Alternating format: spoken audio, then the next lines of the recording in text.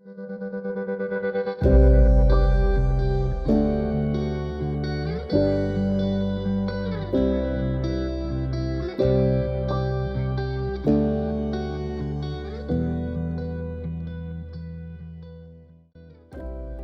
ekonomi wilayah adalah suatu proses untuk meningkatkan kemakmuran masyarakat dalam suatu wilayah dengan mengelola sumber daya alam maupun memanfaatkan sumber daya buatan, sumber daya manusia, dana dan teknologi untuk menciptakan berbagai peluang dalam rangka menghasilkan barang dan jasa yang bernilai ekonomi.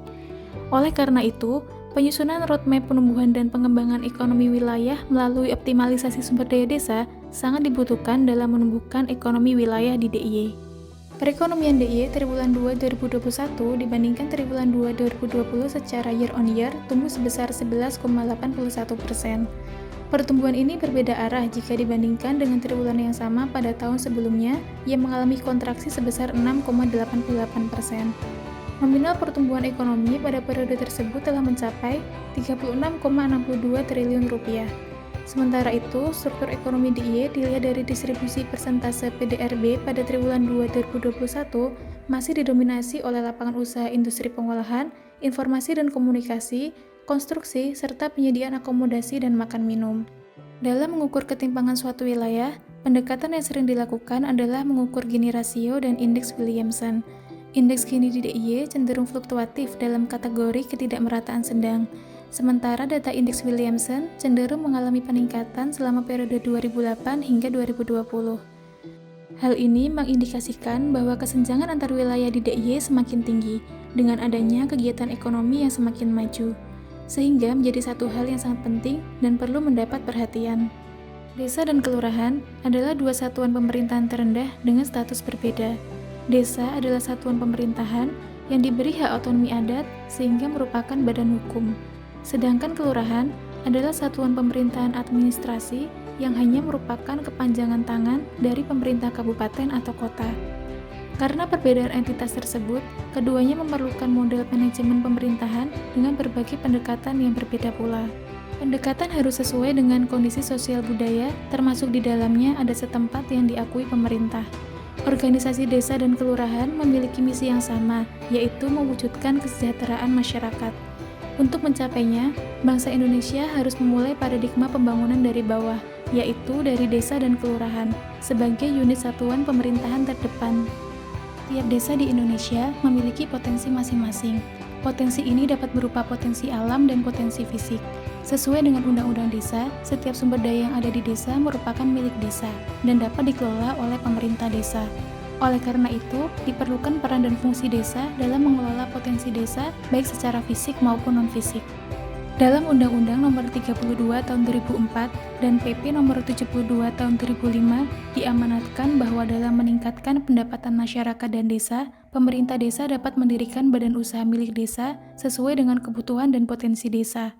Dalam hal perencanaan dan pembentukannya, BUMDes dibangun atas inisiasi masyarakat, serta mendasarkan pada prinsip-prinsip kooperatif, partisipatif, dan emansipatif.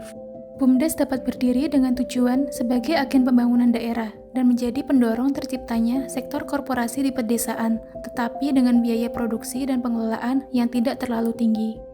Jumlah BUMDes di DIY mencapai 47,96% dari keseluruhan jumlah desa. Ini juga menunjukkan tidak semua desa memiliki BUMDes.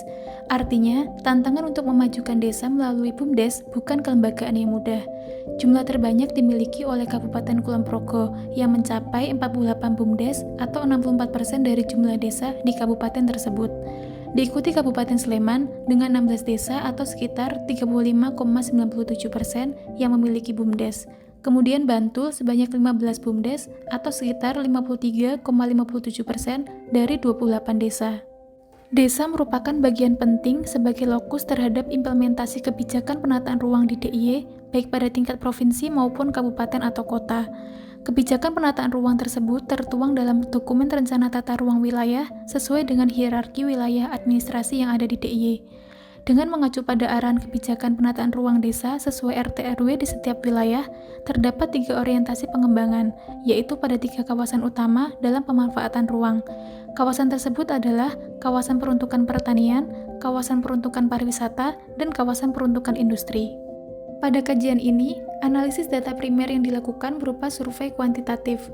Survei kajian ini melibatkan 62 responden dari desa atau kelurahan di 5 kabupaten atau kota di DIY.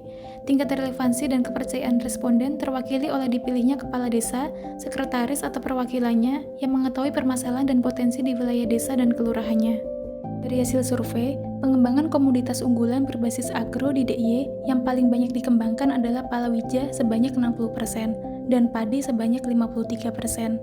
Selanjutnya, berdasarkan pengembangan komoditas unggulan berbasis jasa, bisnis unggulan yang paling berkembang adalah penginapan, perhotelan, kuliner, serta pariwisata. Terdapat satu potensi, yaitu pelatihan, yang memiliki peluang untuk dapat dikembangkan lebih lanjut. Pengembangan komoditas unggulan berbasis sumber daya manusia juga merupakan kekuatan yang harus dipertimbangkan ke depan. Berbagai industri kreatif di Yogyakarta berkembang karena SDM yang mampu mengeksplorasi banyak hal, seperti koperasi, kelompok tani, kelompok wanita tani, serta inisiasi pengolahan sampah. Kemudian, mayoritas responden di DIY mengakui bahwa rata-rata di masing-masing wilayahnya sudah mengembangkan komoditas unggulan berbasis seni dan budaya tradisi, antara lain musik tradisional, tari-tarian, serta berbagai upacara adat yang sudah berkembang menjadi bagian dari objek suguhan wisata di Provinsi DIY. Sementara itu, pengembangan komoditas unggulan berbasis kerajinan, diantaranya yang paling banyak dikembangkan adalah kerajinan berbasis kayu dan bambu. Berdasarkan wilayah, pemetaan potensi desa dari sektor industri di DIY menunjukkan beberapa potensi yang spesifik yang didominasi oleh industri kerajinan dan olahan perkebunan. Kabupaten Bantul memiliki potensi industri kerajinan, di antaranya kerajinan dari kayu dan bambu, industri kulit, dan gerabah. Di Kabupaten Sleman, dijumpai berbagai potensi industri pertunjukan, musik dan seni budaya, serta industri kerajinan. Potensi desa di sektor pertanian di DIY diidentifikasi paling banyak berupa pertanian padi dan palawija. Di Kabupaten Kulon Progo, dijumpai potensi hortikultura dan palawija, serta produk perhutanan. Pada Kabupaten Gunung Kidul dijumpai potensi singkong dan palawija. Hasil pemetaan potensi desa di DIY dari sektor pariwisata menunjukkan sebagian besar didominasi jasa akomodasi, kuliner, wisata budaya, dan wisata alam. Pada kota Yogyakarta yang merupakan perkotaan, sektor pariwisata didominasi jasa akomodasi dan penginapan, kuliner, kerajinan, serta seni budaya dan tradisi. Berdasarkan temuan tersebut, strategi yang bisa dilakukan untuk menumbuhkan ekonomi wilayah yang berbasis optimalisasi sumber daya desa terdiri dari 3 tahapan.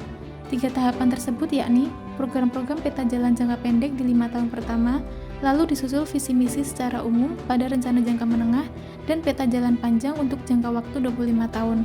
Aspek yang diperhitungkan dalam roadmap diantaranya peningkatan kapasitas SDM, kelembagaan, dan marketing network guna tercapainya pembangunan dari desa.